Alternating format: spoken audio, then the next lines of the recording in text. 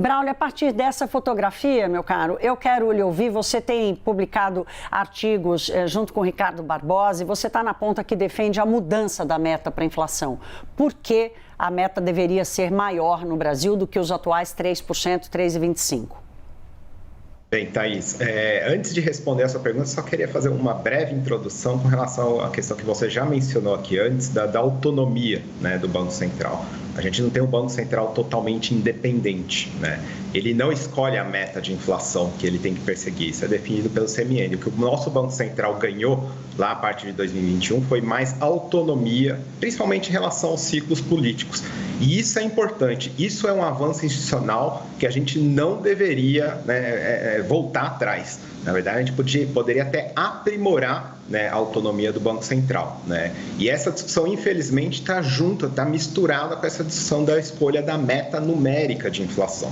Infelizmente, o presidente Lula misturou todas essas questões, está gerando muito ruído, né? Mas a discussão da meta de inflação, né, que é fixada pelo CMN, né, no Brasil desde o regime de metas, é uma escolha que deveria ser técnica, né? E tem muitos estudos amparando tanto essa discussão lá fora, né? Aqui no Brasil não tem tanta discussão assim, né? Mas de fato 3%, que foi essa meta que a gente decidiu alguns anos atrás, a partir de 2024, 2025, parece ser uma meta irrealista, pouco factível para a realidade institucional e estrutural da economia brasileira. Só para dar alguns números, né, Thaís, de 99 para cá, o Brasil teve uma inflação média de mais ou menos 6,5% ao ano, né? No melhor quadriênio, a nossa inflação chegou a 4% ao ano, que foi ali no quadriênio 2017-2020. Só que aquele quadriênio era um quadriênio que o PIB brasileiro praticamente não cresceu, né? E que nós, economistas, dizemos que a economia brasileira tinha muito ociosidade, desemprego de quase 13% na média daquele quadriênio, né? Muito acima do que a gente estima como sendo a taxa de equilíbrio para a economia brasileira, né? Então, assim, diante disso tudo, né, a gente acha, eu e o Ricardo e mais alguns outros economistas, Sérgio Velang, Luiz Araújo, que foi um erro ter reduzido a meta de inflação brasileira lá atrás, né, dos 4,5% para 3%, de modo que hoje seria pertinente, sim, né, a gente voltar isso para perto de 4%.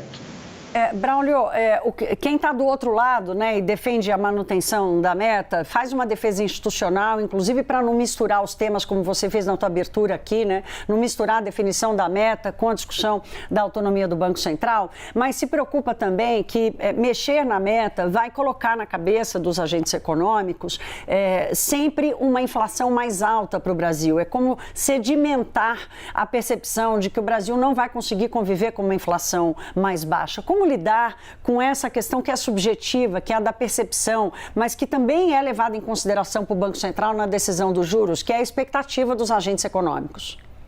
Sim, aí é importante, né, Thaís, caso realmente a decisão do CMN seja de elevar a meta de inflação, e o Brasil já fez isso antes, né, vamos lembrar que no começo do regime de metas, as metas que foram definidas também eram usadas demais lá para 2001, 2002, e a gente voltou atrás parcialmente, né, revisou para cima as metas, né, lá em 2003, 2004, né, então isso não é inédito no caso brasileiro, mas trazendo isso para a discussão atual, é importante que realmente, se o CMN tomar essa decisão, né, de revisar a meta para cima, 4,5%, que isso seja comunicado de uma maneira bastante clara, né, e que isso seja feito o quanto antes, aliás, né, acho que esperar até junho, no contexto atual, acho que pode gerar mais prejuízo para toda a economia, mais incerteza do que, né, segurança, né? Então acho que toda essa discussão precipitou a necessidade da gente fazer essa mudança o quanto antes, caso venha a ser a decisão do CMN. Isso precisa ser muito bem comunicado e essa comunicação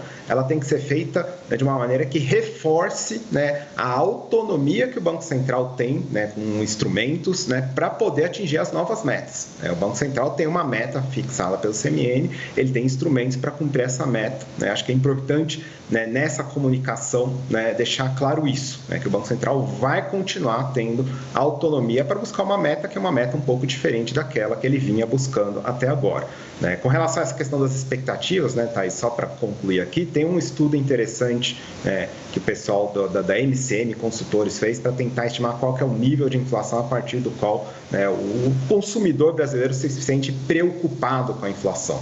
Esse nível estimado por eles está em 3,7%, né? Portanto, mais perto dos 4% que a gente defende como nova meta do que dos 3% que estão fixados pelo CMN. Braulio, para a gente terminar, que o nosso tempo está acabando, infelizmente, porque esse tema é um tema muito complexo, o outro diagnóstico é de que mais inflação não significaria mais crescimento. Qual a tua visão sobre esse trade-off aí entre inflação e PIB? Essa é uma discussão um pouco mais complicada, né, Thaís? Assim, de fato, a gente sabe, a literatura mostra para a gente que inflação muito alta, tipicamente acima de 6%, 7%, é prejudicial ao crescimento econômico de médio e longo prazo, né?